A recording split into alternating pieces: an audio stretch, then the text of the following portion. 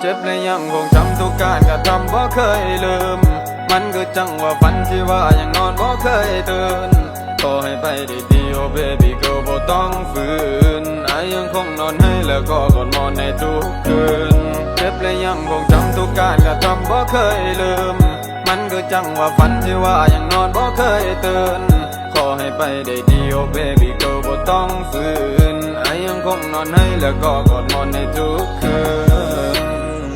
โอ้ baby girl ไอ้หักเจ้าหลาย but you make me cry เจ้าเฮ็ดให้อายต้องนอนร้องไห้ เสียน้ำตาและเสียใจเรื่องราวของสองเฮา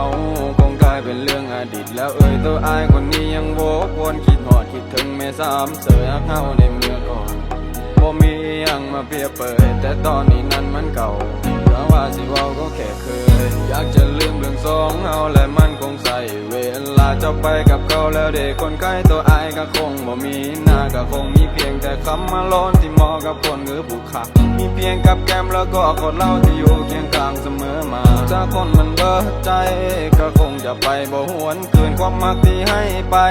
เจ้าคงบ่คิดบ่คำหนึ่งมันคงบ่สนบ่ลำไรและเจ้าก็ไปกับคนอื่นเข้ามาเฮ็ดให้ซ้ำใจ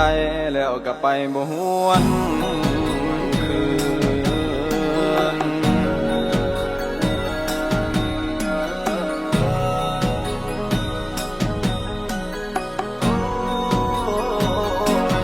เจ็บและยังคงจำทุกการกระทำบ่เคยลืม